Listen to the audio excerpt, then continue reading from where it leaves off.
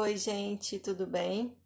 Começando aqui, atrasadinho um pouco. Minha internet está muito instável hoje. Tanto é que eu não consegui fazer a do YouTube, então eu vou fazer só no Instagram, porque eu faço pela internet do celular. E aí depois eu subo pro YouTube, tá certo? Então, a gente está em processo de mudança ainda de cidade, no meio de toda essa história, né, da pandemia. A internet dá problema, a gente não tem aí como conversar com o técnico, porque está todo mundo em quarentena. Então, nesse momento, a gente está tendo várias instabilidades, a mudança de cidade, a casa diferente, tudo isso. É, então, a gente vai falar hoje sobre a imunidade da medicina, né? Como se manter imune a todas as questões que ser médicos trazem para nós, né? Como nos manter imunes àquilo que a medicina em si pode fazer em nós. Eu sei que todos os trabalhos, né, que a gente for fazer, qualquer coisa que a gente for fazer, demanda uma energia, né? Demanda mudanças, transformações e que toda profissão tem os seus problemas e as suas alegrias. No entanto, eu só conheço essa profissão da medicina, né? Também sou professora de yoga, coach, um monte de outras coisas, mas nesse momento, né, o que eu realmente sei falar, que é o que eu trabalho a maior parte da minha carga horária, é como médica. Então, a gente falando sobre como que a gente pode se proteger, como que a gente pode desenvolver uma imunidade a tudo que a medicina pode trazer para a gente que não é positivo, né?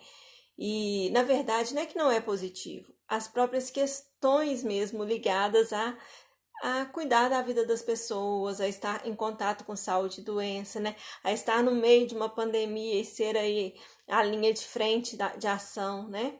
Eu sei que agora mesmo é, me veio isso, né? Me veio um insight de o tanto que muitas vezes nós temos vontade de estar em outros lugares, mas que a gente continua ali. E que muitas vezes a gente nem sabe como sair dali. Nós somos médicos, somos médicas, e a gente nem sabe como escrever uma outra história, como ir para um outro lugar, né? Como desenvolver um outro caminho. E eu nem tô falando que a gente precisa fazer isso. O que eu tô falando aqui é que a gente precisa também se resguardar enquanto seres humanos. Tudo aquilo que a gente fala para os pacientes, tudo aquilo que a gente sabe que funciona para eles, também deve funcionar para a gente, né? E para nós, existe uma necessidade maior ainda de nos mantermos inteiros num momento como esse, de nos mantermos é, fortes e sustentados, né? Autossustentáveis, porque muitas vezes a gente surta, né? A gente surta mesmo. E aí é nessa hora que eu te falo, o que seria manter a imunidade em relação à medicina, né? E aí é isso que a gente vai falar um pouquinho aqui hoje, sobre manter a imunidade em relação à medicina, sobre estar todas as dores de estar conectados a um momento como esse, né? E não só um momento como esse, um momento que tem grandes desafios, todas as dores de estar e ser médicos. E isso não é só no nosso país, né? Num contexto geral, histórico, em que a medicina é considerada um apostolado, né? E as pessoas sempre falaram, não, medicina é como se fosse ser médico um sacerdócio. E eu falo que hoje eu entendo muito bem o que isso quer dizer, sabe? Hoje eu sei que realmente a medicina ela tende a um certo sacerdócio, sim, se nós formos olhar de um olhar mais amplo, né? Que a gente, sim, a gente trabalha, a gente ganha dinheiro, a gente tem que ganhar mesmo, né? A gente tem que ser bem valorizado pela nossa profissão. No entanto, em alguns momentos, nós percebemos, em momentos como esse, nós percebemos que nós não somos um trabalhador como uma pessoa, por exemplo, que possa ir para casa e ficar em quarentena, resguardado com a sua família em momentos de pandemia. Em momentos como esse, nós percebemos que nós somos, além de pessoas, seres humanos, familiares de alguém, mãe de alguém, filha de alguém, esposa de alguém, nós também somos médicas, né? Nós também estamos na linha de frente. E aí, como que a gente cria, né, essa percepção? Eu falo que dentro da faculdade em si, e mesmo dentro da época que a gente fazia cursinho, ninguém falou pra gente, né? Nossa, Vocês não sabem o que é estar na linha de frente de uma pandemia e ter que segurar as pontas de todo o caos que isso envolve um sistema de saúde, ter que fazer escolhas difíceis, por exemplo, quem vai para o respirador e quem não vai. Né? A gente sabe que a gente já passou por situações assim. Ter que fazer escolhas difíceis, para mim, é o mais difícil. Né? E ter que se manter inteira ali na liderança e dando conta de sustentar o processo. Né? Então, gente, muitas vezes nós somos chamados de casca dura, mas a gente tem que ter um pouco de casca dura também. E olha que quem vos fala é uma pessoa que trabalha a humanização, que busca a humanização, que entende, estuda e quer aplicar cada vez mais. Mas agora eu também falo que a humanização também vem da gente se humanizar, né? E que muitas vezes não foi à toa que ao longo da nossa formação como médicos, nós somos endurecendo, nós somos sendo ensinados a nos distanciar emocionalmente das questões trazidas pelos nossos pacientes. Por quê? Para que a gente desse conta de situações como essa que a gente está vivendo. A gente lida tanto com a vida e a morte que é como se a gente começasse a achar normal, né? E na verdade é normal, é natural viver e morrer. No entanto, a gente não quer passar por isso de uma forma vendo as pessoas que a gente ama passarem por isso, não é verdade? E eu vejo que, por mais que a gente vá criando uma casca dura ao longo do tempo, pelos muitos traumas, pelas muitas situações que a gente começa a viver dentro da medicina, por ver pessoas que a gente ama adoecer, por ser a referência muitas vezes, né? A gente, independente do que aconteça, a gente continua sendo a referência, né? Eu me lembro de ver meu avô doente. E eu estava no 7º período ainda, eu não era nem médica, né? Eu era nem interna, eu era acadêmica. Só que eu era a única da família que fazia medicina. Na minha família não tinha ninguém médico. Eu era a primeira e a única naquele momento. Então, meu avô estava doente, precisando de hemodiálise, e havia a dúvida se entubava e investia nele ou não. E meu avô tinha 92 anos. E eu que fui, digamos assim, é que todos foram perguntar o que é que fazia, sabe? O que vai fazer? Dá uma luz para nós, a gente manda ele para UTI ou a gente deixa ele aqui mesmo e tal. Então, assim, é uma escolha difícil diante do fato de que somos humanas, né? De que somos humanos, que eu sou um ser humano. E aí, como que fica na minha cabeça uma escolha dessa, né? Eu tinha ali 20 e poucos anos, meu avô estava morrendo com 92 anos e a minha família inteira, ou seja, 8 tios e 8 filhos do meu avô, incluindo a minha mãe, mais os seus esposos e esposas, mais os meus primos, todo mundo esperando que eu decidisse se meu avô ia para o respirador ou não, né? E, gente, eu não tinha a menor maturidade médica para isso e nem emocional. No entanto, eu me lembro que como que eu resolvi isso? Eu me lembro incrível, meu avô ter me falado isso. Talvez ele tenha me falado isso há 10 anos antes do acontecido, e eu nem era médica, eu nem fazia vestibular para medicina, mas eu me lembro de sentar e conversar com ele. A gente tinha essa prática muito de sentar, conversar, e ele me falar assim: olha, minha filha, quando eu morrer, não me manda para aquela universidade, não. Eu não quero ir para aquele hospital, eu não quero morrer ali, eu quero morrer perto das pessoas que eu gosto. E sabe quando, na hora, eu decidi por isso, por um desejo que ele me falou, talvez uns 10 anos antes. Eu não sei porque ele foi falar para mim, e eu não sei porque eu fui lembrar disso naquele momento. Então, eu vejo que, assim, diante de escolhas difíceis, o que a gente leva em conta, né? A gente leva em conta o quê? Então, ser médico, ser médica, gente, nós sabemos o peso que é, né? Nós sabemos a alegria que é, porque eu vejo que é uma profissão que nos dá a oportunidade diária de estarmos em contato com a história das pessoas e de aprendermos com a história das pessoas, mas também todos os dias nós somos confrontados em emoções múltiplas. E a gente não pode muitas vezes demonstrar porque nós estamos ali diante de um problema sério que a gente precisa resolver e a gente precisa ter emocional estável para resolver, né? A gente precisa ter uma certa frieza mesmo. E como eu falei, eu não estou falando que a gente precisa ser frio, porque eu sou uma pessoa que estuda sobre humanização, que fala sobre humanização, que prega a humanização, mas em alguns momentos a gente precisa de uma certa frieza para caminhar, sabe? E essa frieza não vem de eu não sinto nada, vem de eu sinto muitas coisas, mas agora eu preciso estar inteira. Não é verdade? A gente não passa por isso? Eu sinto muitas coisas agora, eu sinto medo, eu sinto uma angústia, eu me preocupo com as pessoas que eu amo, mas eu preciso estar inteira, porque eu estou na linha de frente, não é? Então, gente, quando eu falo em criar uma imunidade, a medicina é criar uma imunidade a essas situações. É, no seguinte sentido, tudo isso nos afeta e nos afeta de forma é, muitas vezes negativa, porque depende muito da forma como a gente olha e vive essa experiência. Só que, independente disso, nós precisamos seguir inteiros.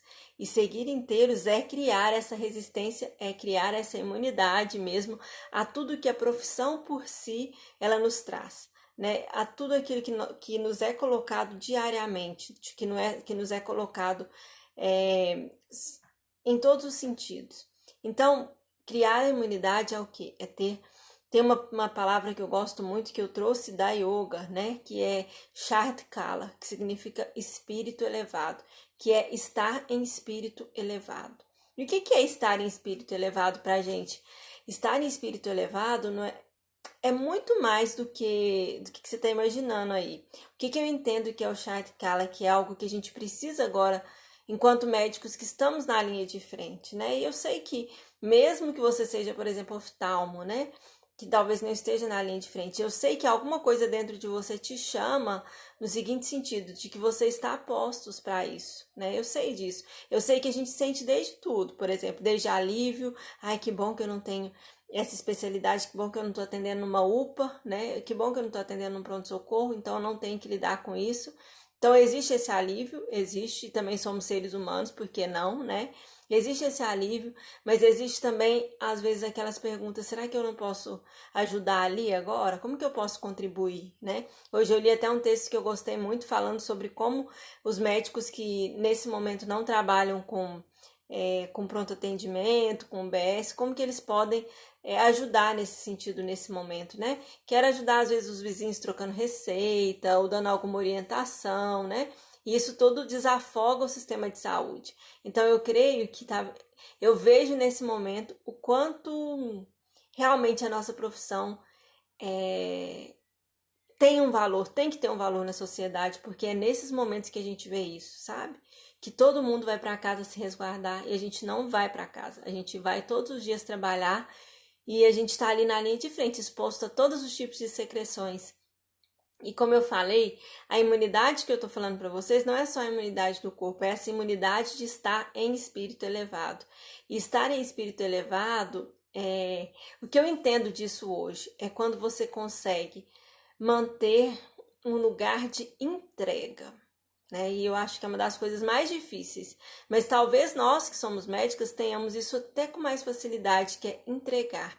E o que é essa entrega? É a capacidade de você olhar para aquele lugar ali caótico, né?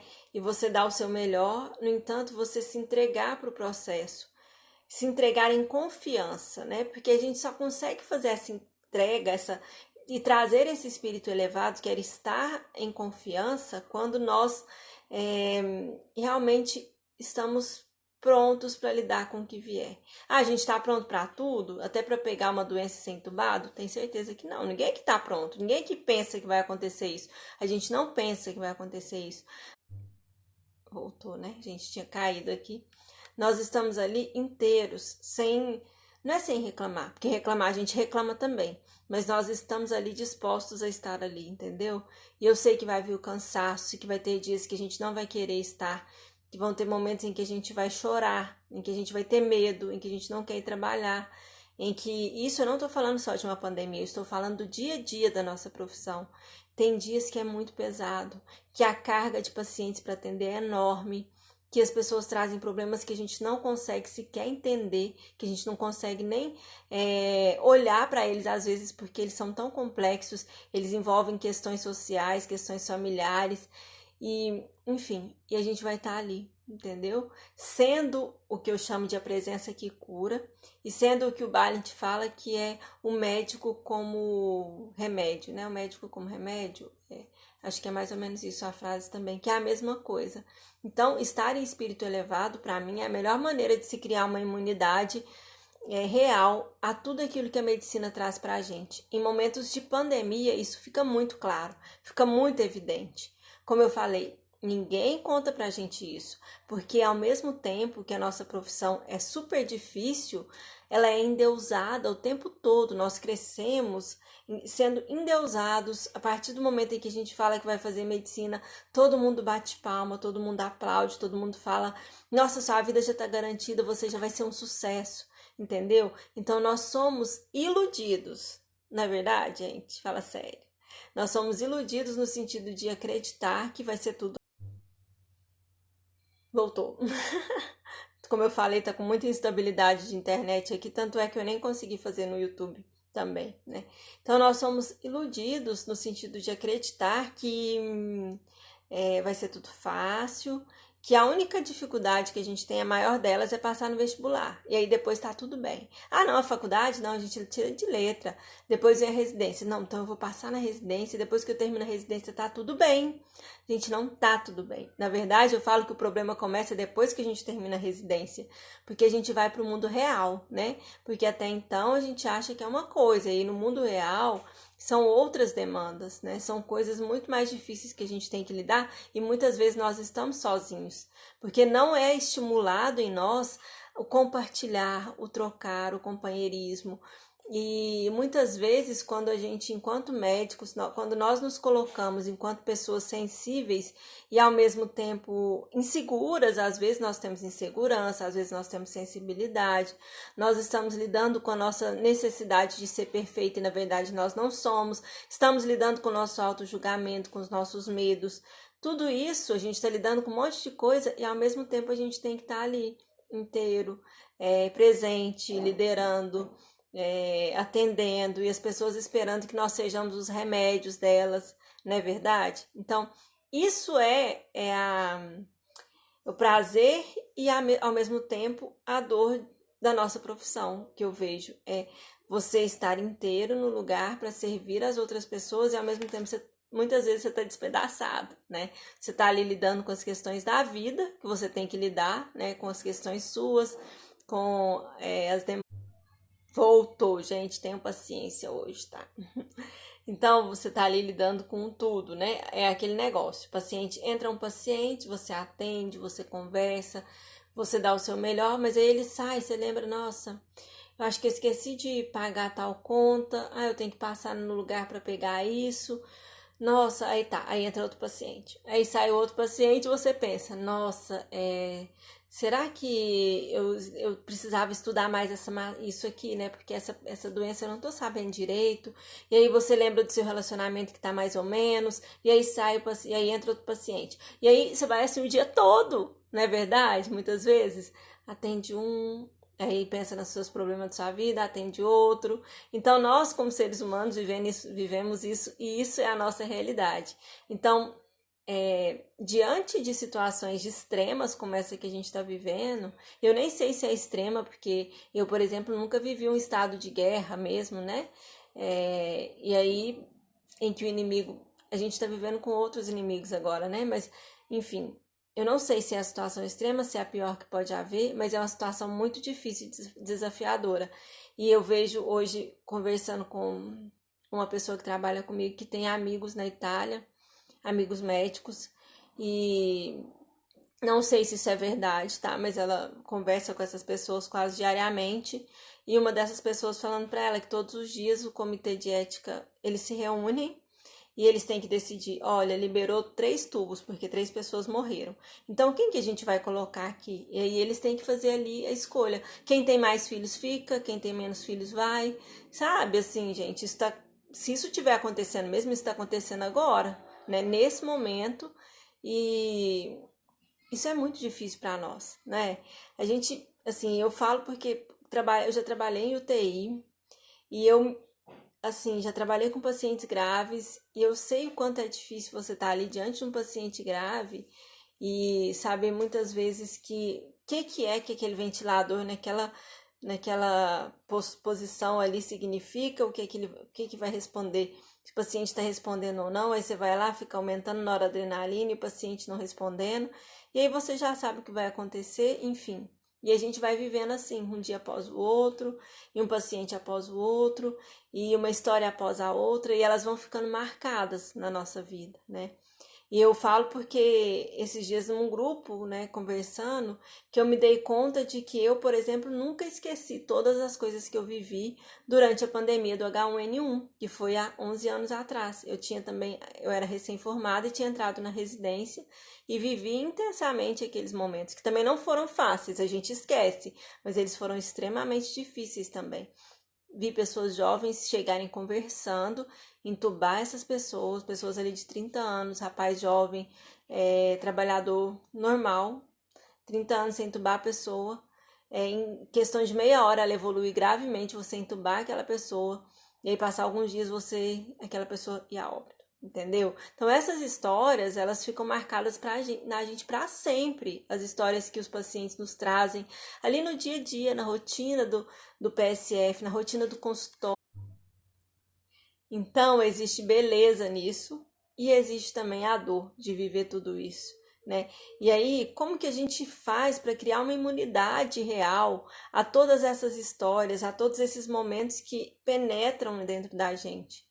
E aqui, quando eu falo de imunidade, a imunidade mesmo é uma blindagem, sabe? Uma blindagem do campo eletromagnético, para que a gente possa seguir.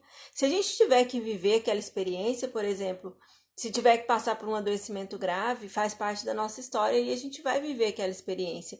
Mas como que eu posso, o máximo possível, me blindar eletromagneticamente para que eu possa viver tudo aquilo que eu vivo, sem que aquilo entre dentro de mim de tal forma a me adoecer, entendeu? Hoje eu vejo que a maioria de nós, médicos e médicas, estamos doentes por vários motivos. Porque a gente não tem tempo para se cuidar, né? Porque realmente a gente trabalha muito e não tem tempo para se cuidar. Então, essa é uma outra demanda que a gente tem que trabalhar isso em nós. E eu falo porque voltar aqui para a residência me fez ver e conviver com mais médicos, outros médicos, e olhar para eles e falar: nossa, gente, parece que tá tudo errado, ninguém tá se cuidando, a gente não tem tempo, tá todo mundo preocupado em quantos artigos tem que ler, em desenvolver tal e tal projeto, e aí o autocuidado, entende? Então, esse autocuidado, ele é em todos os sentidos. Ele é no nosso corpo físico, e aí todo mundo acha que autocuidado é só manter uma alimentação saudável e ir para academia. Ok, isso é extremamente importante, né? Sono, movimento, alimentação, tudo isso também faz o nosso campo eletromagnético ficar inteiro, ficar mais inteiro, né? Esse autocuidado, ele é importante para nós, esse autocuidado. No entanto, o autocuidado de manter o Chartkala, que é aquilo que eu falei no começo, que é o espírito elevado, é manter essa blindagem mesmo energética para que as histórias não entrem tanto na gente, né?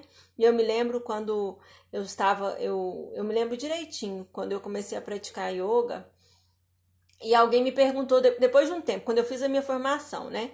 E isso foi no ano de 2012, quando terminou, e alguém me perguntou assim: nossa, o que você sentiu de diferente, de positivo dessa formação na sua vida?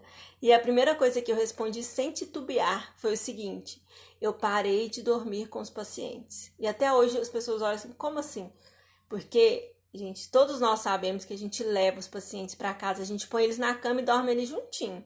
Por quê? Porque a gente não tira eles da nossa cabeça, né? A gente não tira aquelas histórias, elas ficam impregnadas, elas ficam reverberando. Então, quando eu comecei a prática, assim, de meditação, de yoga, eu percebi que eu conseguia viver aquelas histórias ali naquele momento, apoiar aquelas histórias com mais compaixão, inclusive. No entanto, elas não iam comigo para casa, porque eu comecei a conseguir perceber que aquela história é do outro, do outro, e claro que se ele está vivendo ali compartilhando comigo, aquilo também tem a ver comigo, entendeu? Porque não existe. Dentro dessa percepção, desse novo paradigma que a gente tem, que está se formando, na verdade é o paradigma verdadeiro, né? A gente ficou aí num paradigma mecanicista, olhando o ser humano como parte de uma máquina, e agora não, agora a gente caminha para um paradigma que é mais quântico, espiritualista, em que nós conseguimos perceber que o ser humano, ele faz parte de um todo, Quando travando toda hora, né? Quando a gente chega nesse lugar de olhar para esse paradigma, a gente percebe que sim, nós estamos todos conectados. Então, a história que aquele paciente traz para mim, ela faz parte da minha história, provavelmente. Não é verdade? Muitas vezes a pessoa te conta uma história e aí você identifica alguns pontos que tem a ver com você, mesmo que ela tenha um contexto social, econômico totalmente diverso do seu, e aí às vezes você identifica alguns pontos.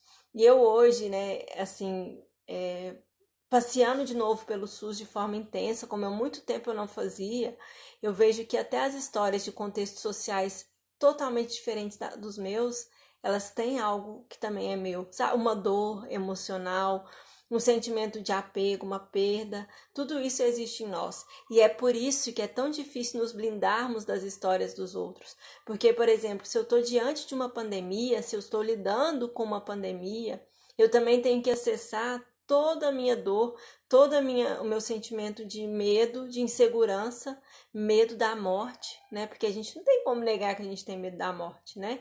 E isso faz parte. Ter medo da morte ninguém quer, né? E aí, quando a gente está jovens, nós olhamos para o tempo e pensamos, nós temos todo o tempo do mundo. Só que de repente nós somos confrontados por uma situação em que a maioria das pessoas que morrem são idosos, sim, mas tem muito jovem. E a maioria dos jovens que morrem são profissionais de saúde.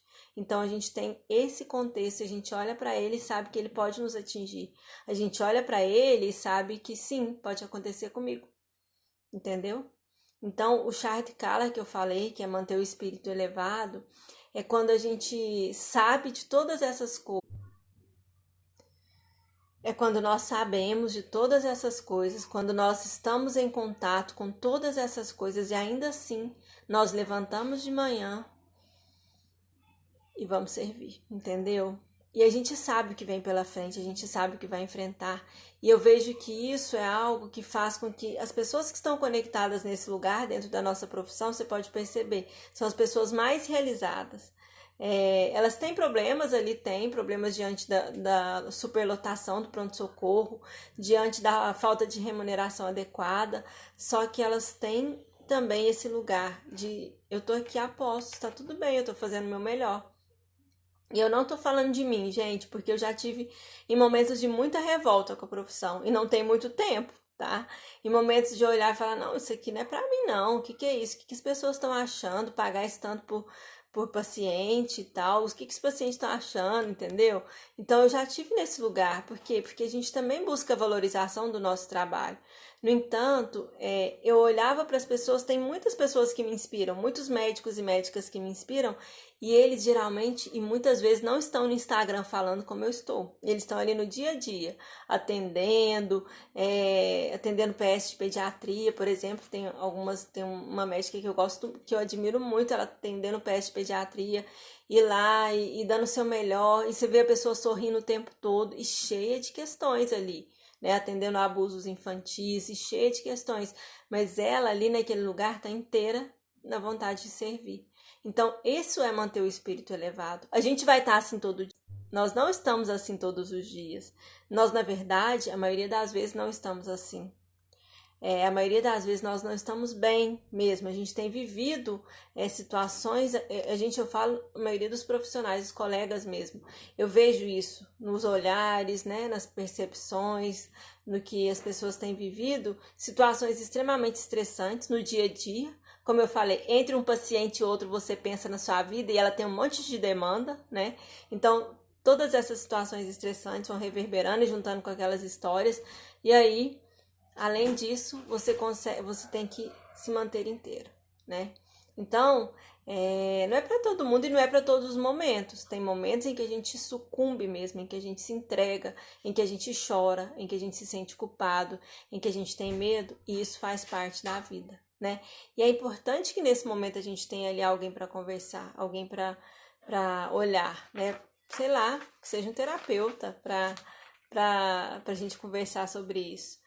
E talvez o terapeuta não nos entenda, né? Eu vejo isso muito porque Às vezes eu já ouvi de colegas falando assim, não, eu prefiro conversar com você, eu gosto de ser atendida por você, porque a gente fala da mesma língua. Quando eu te falo que eu tô passando por isso e que isso me incomoda, eu sei que você me entende, porque você já passou por isso.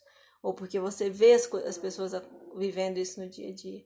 Porque a nossa realidade, gente, ela é muito peculiar. Por isso que a gente precisa manter a amizade, ter com quem conversar, porque a gente não vai ser entendido facilmente pelas pessoas do mundo normal, entendeu? Muitas vezes nós não seremos entendidos nos momentos que a gente quer se recolher, nos momentos que a gente quer trabalhar muito, que a gente quer estudar muito, porque os pacientes nos desafiam e a gente só quer um pouco de tempo para estudar, entendeu? Então, a gente vem desse lugar. O médico, geralmente, a médica, ela é aquela pessoa que estudou a vida toda muito, senão não estaria onde está, entendeu? É aquela pessoa que muitas vezes abriu mão de tudo para estar onde está, que deixou de ir para as festas, que tinha que ir para a festa, mas no outro dia de manhã tinha que ir para escrever paciente na enfermaria, não é verdade? Então a gente tem, esse é o nosso lugar, geralmente, e não é compreendido por todo mundo.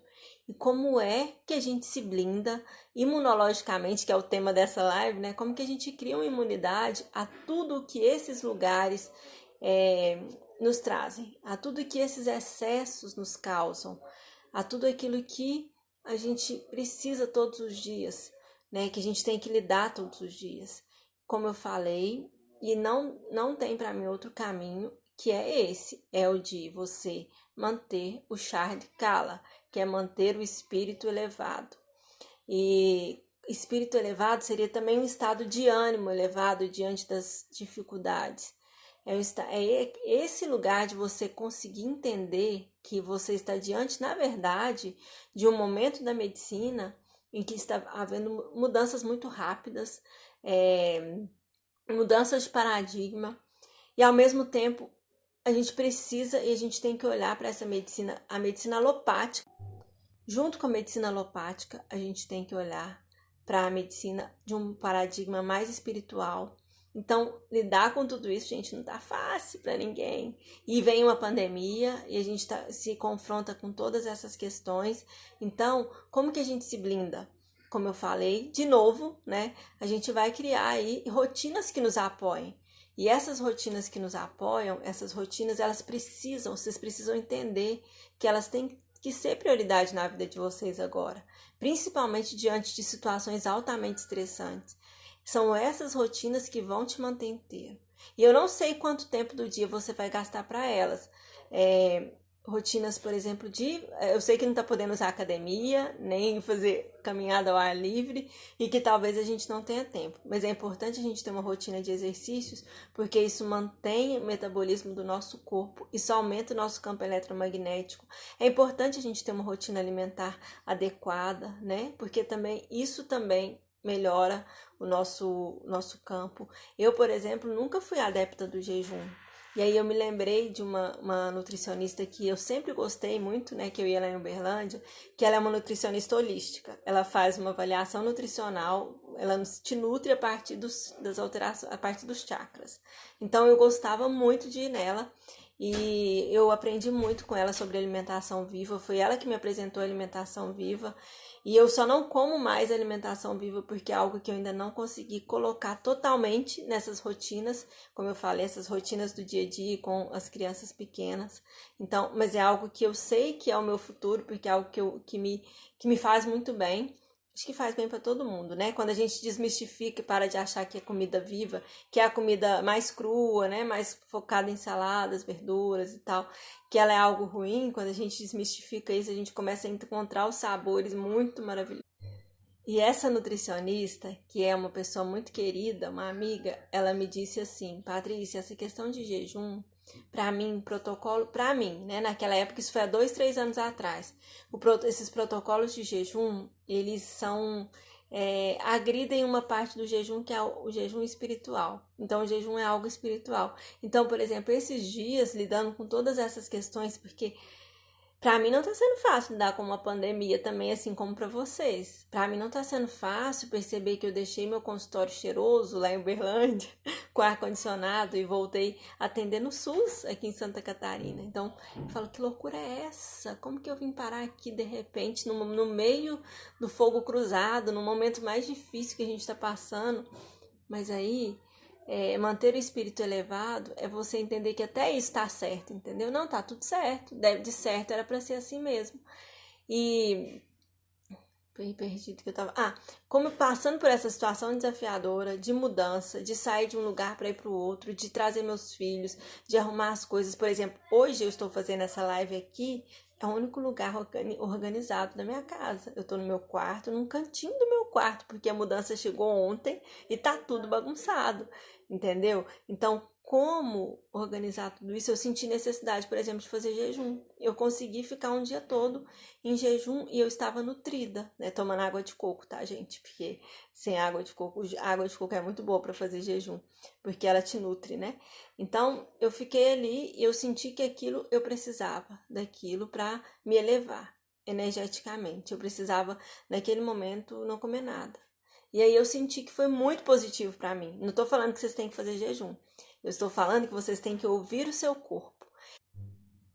E ouvir o corpo é aprender a saber qual a necessidade alimentar que ele tem ali naquele momento. Ele te conta. Você tem vontade de comer tais comidas. Eu sei que tem algumas que a gente tem vontade por compulsão mesmo. Mas tem algumas, tipo, vontade de comer rúcula, vontade de comer um prato cheinho de couve. A gente sente essa vontade. É o corpo falando também.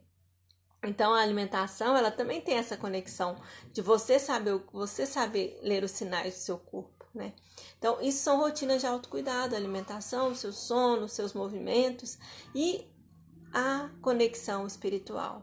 Que é a conexão espiritual, gente, que eu falo, essa conexão com o seu ser, com o divino que existe em você, com a sua, eles falam, né? Eu gosto dessa palavra, centelha divina, né? Porque existe uma centelha divina em cada um de nós. Então, essa conexão é quando você se conecta com esse lugar de centelha e sabe e confia nesse lugar, sabe? Confia que essa centelha que está em você te protege, eleva o seu campo, te mantém forte para que você consiga seguir. Então, isso aí é o que eu sinto que mais falta em nós como médicos. Por quê? Porque a gente acredita que existe uma separação entre o material e o espiritual. E que a gente não pode nem falar sobre isso, falar sobre espiritualidade, falar sobre espírito elevado, sobre manter a conexão com a gente. Eu hoje falo sobre isso de forma tranquila, todo mundo sabe que é a linha de frente do meu trabalho, que a medicina integrativa real, que eu acredito é isso, é estar em conexão físico, mental, emocional e espiritual, que trazer a medicina integrativa só para o seu consultório cheiroso não vai resolver seus problemas. Você vai porque a medicina integrativa, ela é mais do que só estar no seu consultório. Ela é estar em você. Ela está nas suas atitudes, na sua construção, no seu crescimento. Então, tudo isso é manter esse espírito onde quer que a gente esteja, entendeu? E é a única forma que a gente vai conseguir atravessar essa nova demanda que surgiu para nós agora. Essa demanda que nos traz medo, insegurança, até questionamento muito simples, tipo, eu não aguento isso, eu não sabia que ser médico era assim. Eu sei que vocês têm esse questionamento porque eu também tenho, entende? Também tenho, todo dia. Só que a gente já construí esse lugar em mim, já consegui passar por muitas coisas que me deram essa percepção da entrega, né? Porque, como eu falei, o que faz o Shait Kala é a entrega, é a sua capacidade de se colocar, de se render diante daquilo que não tem nada além do que você está fazendo para ser feito. Então, é essa a capacidade de se render. Então, as rotinas são essas, simples. E outra rotina que eu gosto de incluir são os pranayamas, as meditações e as orações, porque isso me leva ao Shait Kala, ao espírito elevado.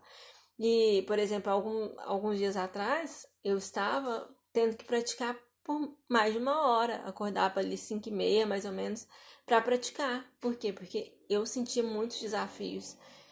Isso melhorou nos 2, 3 últimos dias, mas eu estava acordando muito cedo para praticar minhas orações, minhas meditações, enfim, essa consciência de elevação que eu precisava desenvolver para estar aqui inteira nesse momento no meu dia a dia e lidando com todos os desafios. Então, o que eu proponho para vocês, eu vou terminando aqui porque eu estou fazendo a live só no Instagram e o Instagram ele tem um tempo máximo aí que eu acho que é de 1 hora e já deve estar quase chegando. Então, eu vou terminando daqui um pouquinho já, mas eu quero contar para vocês que é o seguinte, que a gente só vai atravessar isso aqui com esse lugar elevado dentro da gente, que envolve o otimismo, que envolve a confiança no propósito de eu estar ali naquele momento, que envolve o autocuidado, né? Agora eu cuido de mim, eu tenho que cuidar de mim, porque para eu poder ajudar o outro, gente, eu sei que vai ser sacrificante, que tem sido, eu também tenho que cuidar de mim. Então esse autocuidado, essa rotina de entrega e aceitação, de se dobrar mesmo humildemente diante do que a vida está nos trazendo, com entrega, aceitação e percepção de que também existe um presente nisso tudo. Existe uma percepção da vida de outra maneira. Os meus presentes que têm vindo com essa questão do coronavírus, por exemplo, são a percepção de que sim, somos todos um, né? Um chinês comeu carne de morcego na China, desculpa a piada.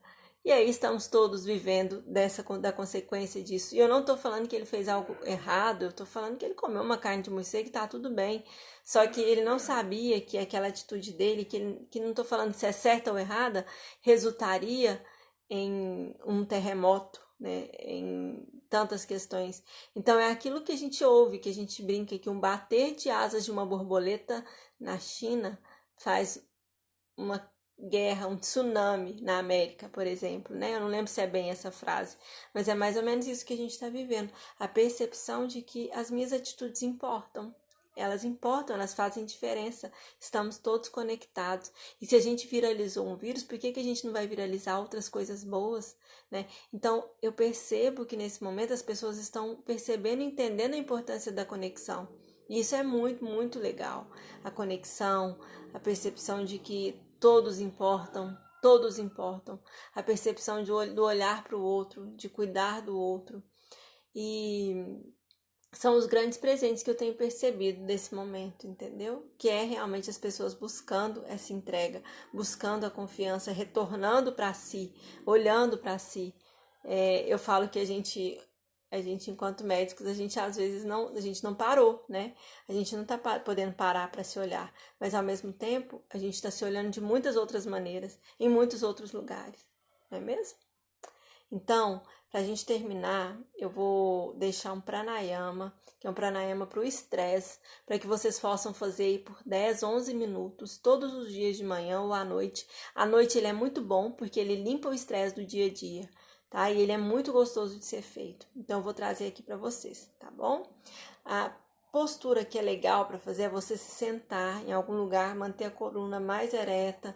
Para a coluna ficar ereta, a gente precisa trazer o queixo um pouquinho para frente, para ela alongar aqui atrás.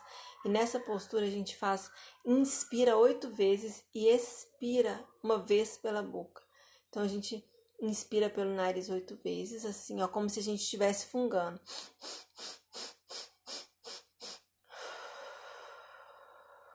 E a gente expira pela boca.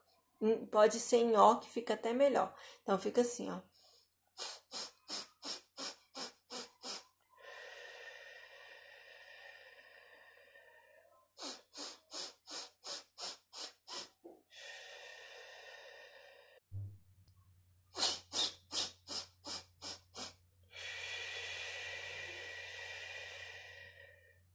Vocês vão perceber que ao final de 3 minutos já, vocês vão estar muito melhor.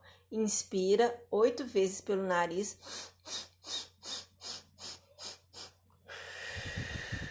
E expira em ó pela boca. Pode fazer isso com as mãos em Prana Mudra, que é a pose da oração, ou com as mãos livres em Guia Mudra, que é essa outra postura. Quando a gente faz essas posturas também, a gente ativa lugares específicos do nosso cérebro que trazem relaxamento.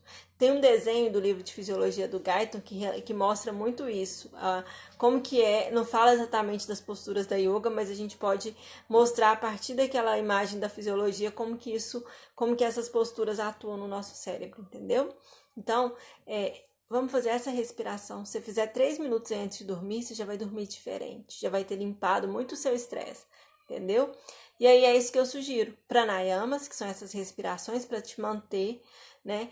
A alimentação, as relações saudáveis, né? Estimular o máximo possível agora, mesmo que pelo WhatsApp, porque às vezes não dá para encontrar, mas estar com as pessoas que você ama, mesmo que tecnologicamente, e ter uma rotina de orações, ter uma rotina de autopercepção, de estar com você para manter esse Shardikala, para manter esse espírito elevado e atravessar com a imunidade top a esse momento, entendeu?